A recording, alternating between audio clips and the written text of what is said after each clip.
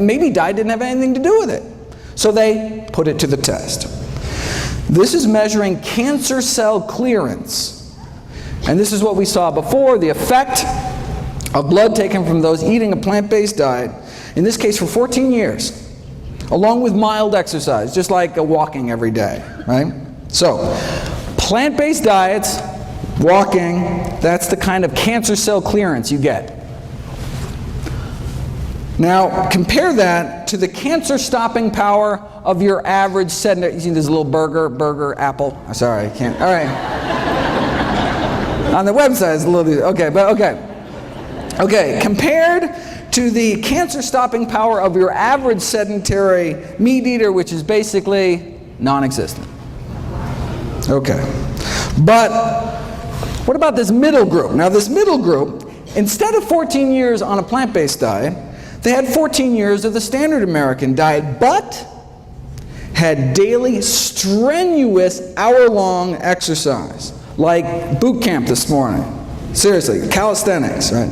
They wanted to know, if you exercise hard enough and long enough, can you rival some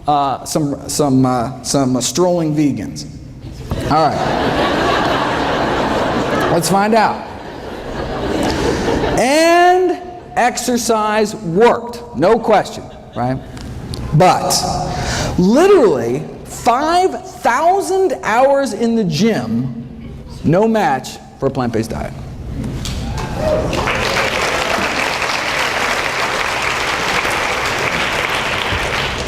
Here's an actual photomicrograph of cancer cells stained so that they release light when they die. Right? As you can see in the control group, there are a few cancer cells dying, right? Even if you're a couch potato eating fried potatoes, your body's not totally defenseless.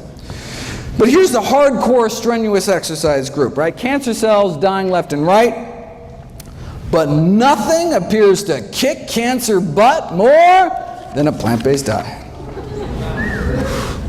Why, though? Some people don't care, but I'm always curious. All right.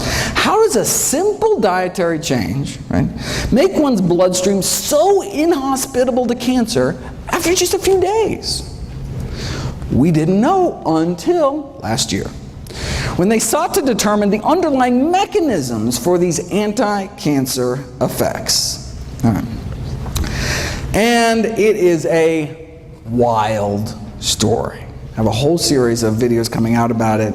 The story involves little people and big big dogs and little dogs. It involves marshmallows, Tinker Toys, cannibalism, and vegan bodybuilders. From beefsteak to beefcake.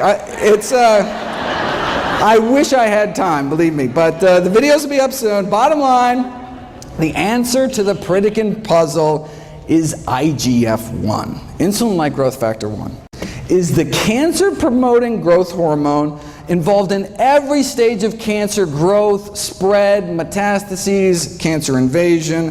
But you put people on a plant-based diet, and their IGF-1 levels, plant-based diet, go down. And if they continue to be on a plant-based diet, this is just after a few weeks, if you're on a plant-based diet long-term, levels drop even further. And their IGF-1 binding proteins go up. That's one of the ways our body suppresses cancer growth. Protect itself from cancer. Protect itself from excessive growth by releasing this binding protein into the bloodstream to bind up, to tie up IGF-1. It's like our body's, kind of emergency brake. Yes, in as little as 11 days, right? A plant-based diet can reprogram your body to bring down IGF-1 production, right? But what about all the IGF-1 that's circulating from the, bacon and eggs you ate last week, right? So the liver releases the snatch squad of binding proteins to tie up, to take all this IGF-1 out of circulation. And as you can see, it just gets better with time, the longer we eat healthy. Here's the experiment that nailed IGF-1 as the villain. All right, same as last time. Go on a plant-based diet, and cancer cell growth rates drop dramatically, right? And cancer cell death shoots up. Already saw that. But then, here's the kicker. Right? What if you added back to the cancer the exact same amount of IGF-1 banished from your body by eating a plant-based diet? Eating plant-based diet goes back. Let's take that same IGF-1, add it back to the cancer, and see what happens, and it erases the diet and exercise effect. It's as if you never started eating healthy at all. Right? So that's how we know that lowering animal product consumption leads to lower IGF-1, which leads to lower cancer growth. But how low does our animal product consumption have to go? And how plant-based do our diets have to get?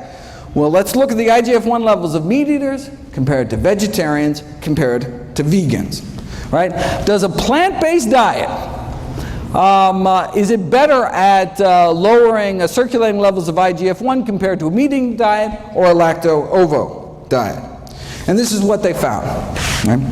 Only the vegans, so meat eaters, vegetarians, vegans, only the vegans had significantly lower levels, and the same relationship was found with IGF-1 binding protein levels, right? That's what we want higher. Again, we got nothing here. One really had to go to that final step, vegans, to significantly bind up all that excess IGF-1 in their bloodstreams. Right?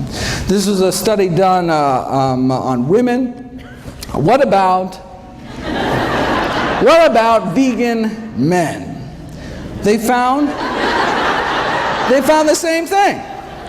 So even though vegan men tend to have significantly higher levels of testosterone than both vegetarians or meat eaters, which actually can promote the growth of prostate cancer. But the reason a vegan diet can actually reverse the progression of cancer, which I've shown you in previous years, the Dean Ornish work, may be because of how low their IGF-1 levels are. So high testosterone, but still low cancer in the vegans.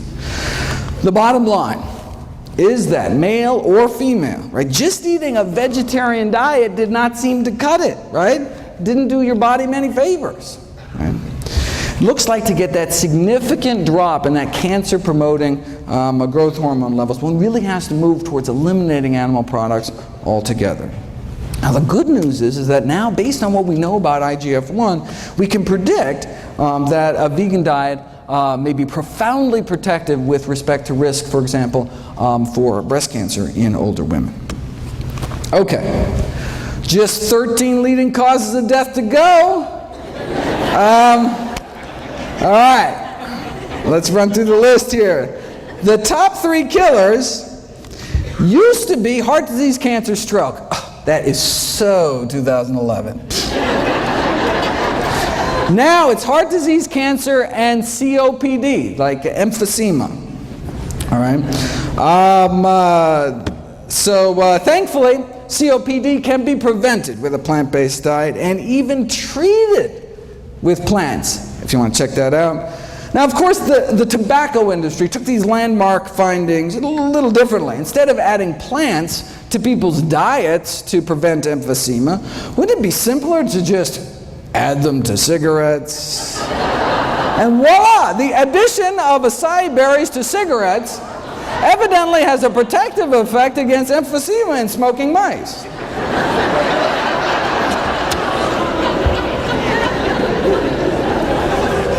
Next, they're going to start putting berries in meat, right? I couldn't make this up, people. Look at this. Adding fruit extracts to burgers, right? Now, this was not without its glitches. The blackberries literally dyed the burgers with this kind of distinct purplish color, though infusing lamb carcasses with kiwi fruit juice before rigor mortis set in does evidently lead to greater tenderness in the meat. And it is possible to improve the nutritional profile of frankfurters by adding ground up grape seeds, though there were complaints that the grape seed particles, right, were visible in the final product. And look, if there's one thing we know about hot dog eaters, it's that they're picky about what goes in their food. right?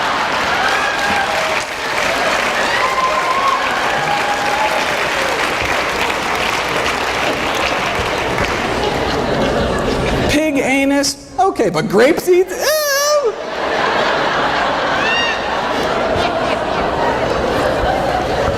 Preventing strokes. Number 4. Preventing strokes is all about eating potassium-rich foods. Potassium from the words potash. You take any plant, put it in a pot, reduce it to ash, and what you're left with is potassium. True story. But can anyone name me a plant food particularly high in potassium? Why is that like the one thing everyone knows about nutrition? Seriously. Like, did Chiquita have like this great PR firm or something? I bet you could walk into the Heart Attack Grill where they're eating food like this, right? Ask anyone, and they'd be like, I don't know, Dave, but I do know bananas got potassium, right? Right? All right.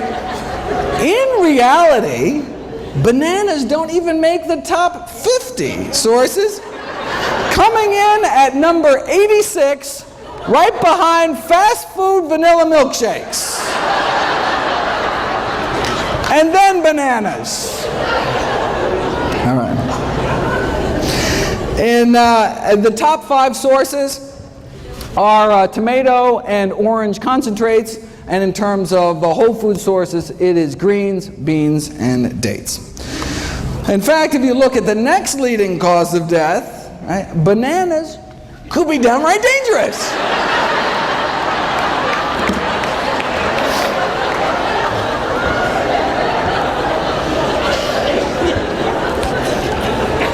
Alzheimer's. Alzheimer's now our 6th leading cause of death. We've known for 20 years now that those who eat meat, red or white, including poultry and fish, were between 2 and 3 times more likely to become demented compared to vegetarians. And the longer that you're vegetarian, the lower your risk of developing dementia. But the exciting new research is actually on treating Alzheimer's using these natural plant remedies, which actually beat out placebo and worked as well as the leading Alzheimer's drug. Again, on the website, all for free.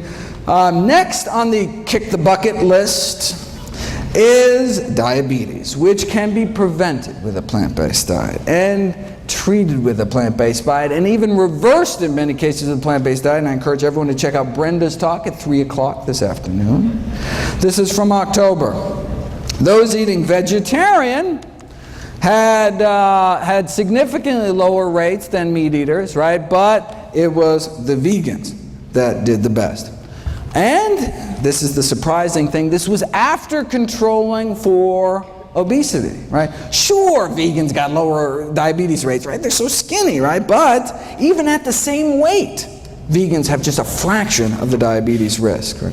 Why are vegans on average so slim? Well, obesity is so rare among those eating plant-based diets. Nutrition researchers have been desperate to try to uncover the secret. Yes, they eat fewer calories, right? But not that many fewer. In the past years, I've gone through a number of theories to try to explain this. Maybe it's because people eating plant-strong diets, express more of that fat-shoveling enzyme in the mitochondria, the power plants of our cells. I've talked about that. Maybe it's because the gut bacteria populations are different.